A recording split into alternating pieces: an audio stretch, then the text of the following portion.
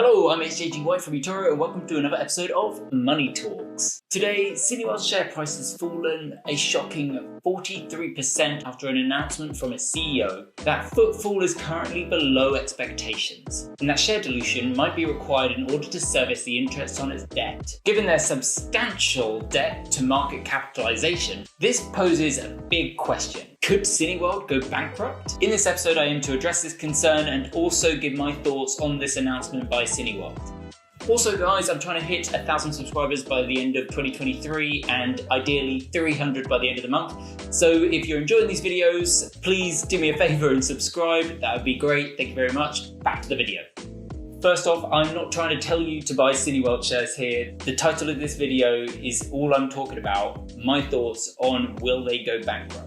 First off, Cineworld have had an incredible growth decade, with median annual growth profits of 30% and a compound annual growth rate of 30% free cash flow. Believe it or not, this is more than Netflix's entire revenue growth during the same time period. And I personally prefer free cash flow growth to revenue growth, as free cash flow is the stuff that we actually get to spend. And in 2018, Cineworld managed to use this incredible growth to purchase Regal Cinema, bringing them from around 200 cinemas worldwide to 1,000. In 2018, this appeared to be an amazing deal at the exact right time, as it was right before the release of Avengers Endgame, the biggest blockbuster release of all time, and catapulted their annual earnings from 586 million to 3.2 billion in 2018 and 3.3 billion in 2019. Now, the first blow to Cineworld's share price, this is when Regal Cinema shareholders got seller's remorse and sued Cineworld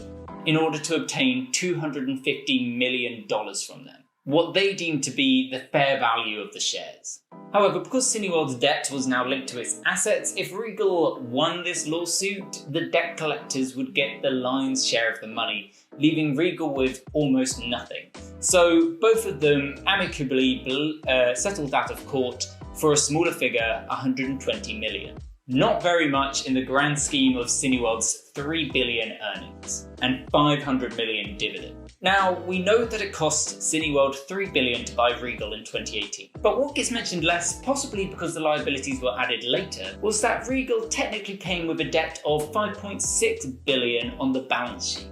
Now, what do I mean by this? Well, a year later, after the purchase was completed, Cineworld would finally own all of Regal's cinemas. That means that they'd have an enormous amount of assets, around $7 billion worth of retail, but also lease payments and a bit of lease rent payments on those assets. This is called capital leases on the balance sheet. Now, whereas long-term debt on a balance sheet is the amount of money you have borrowed and need to pay back, lease liabilities or capital leases is kind of like all your future rent payments. Let me give an example. Well, if your house came with a lease that lasted 100 years and it cost you £1 per year, you would have to put that figure on your balance sheet somewhere. So in this case, you've got 100 years worth of capital lease payments at £1 per year. So in capital leases, you'd have to put £100. This is very, very manageable debt, and it's not going up. Cineworld's entire capital lease debt actually seemed to cost them around 1.3 million to 35 million before they bought Regal. Really a tiny amount. It's hard to know how much they were required to pay in annual lease payments before, because there's no specific place that they have to report that on its own on the balance sheet that I know of. As far as I'm aware, it gets mixed in with the net financing costs. On Cineworld's annual reports, they typically split this into two so that you can see what their lease payments are and what their loan interest repayments are. And so what I can tell from their latest annual report is that after they purchased Regal, their lease liability payments are around 453 million. However, this is after purchasing 800 American Regal cinemas with an asset value of approximately 4 to 7 billion. So although this is technically debt, this is actually just a representation of minimum debt obligations indefinitely into the future. So it's not debt that's going to be affected by interest rates. The payments on the capital lease debt is very small and it's not going up anytime soon. The capital lease payments on this debt will almost always be 453 million, or 1%. is simply the result of owning 1,000 cinemas worldwide. The interest on the bank loans, however, have gone from 146 million in 2017 to 170 million in 2019 to 170 million in 2020. Now that interest rates are rising, this is the debt that is most at risk. Worst case, we'll have to imagine that these interest rate payments have doubled in the current year. In that event, stretched across the entire year, it would need to represent 240 million in short-term debt. However, even if we did this would represent less than their entire cash supply. And more importantly than that, its interest payments represent less than 54% of its free cash flow in the 2021 pandemic year.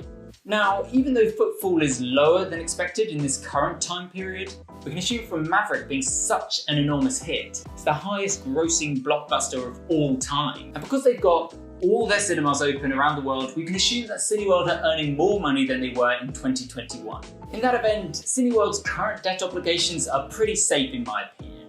The only thing that would concern me is if they didn't have enough money to deal with their debt in the current time period before the big blockbusters like Avatar get to screens.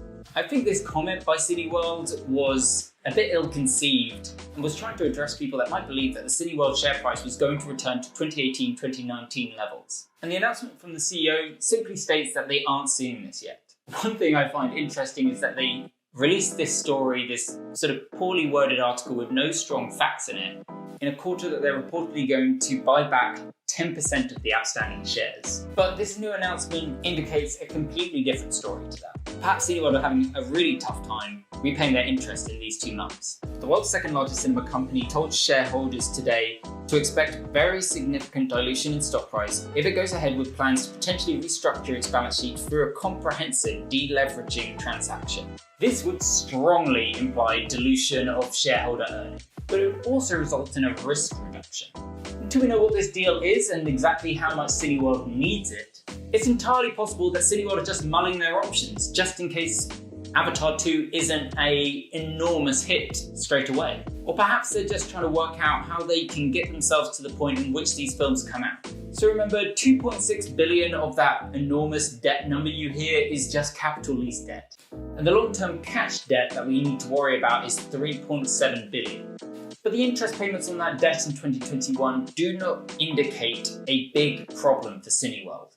And although this interest payment will be going up this year, so too will their earnings. However, we can't expect their earnings to peak again until Hollywood are also pushing out the same amount of films as they were in 2018 and 2019. Now, with regards to Cineplex and that lawsuit looming over Cineworld, what I'm seeing is, much like the Regal dispute, this will most likely be settled outside of court. If Cineplex were to win the lawsuit, Cineplex would be the last company really hoping that Cineworld would go bankrupt.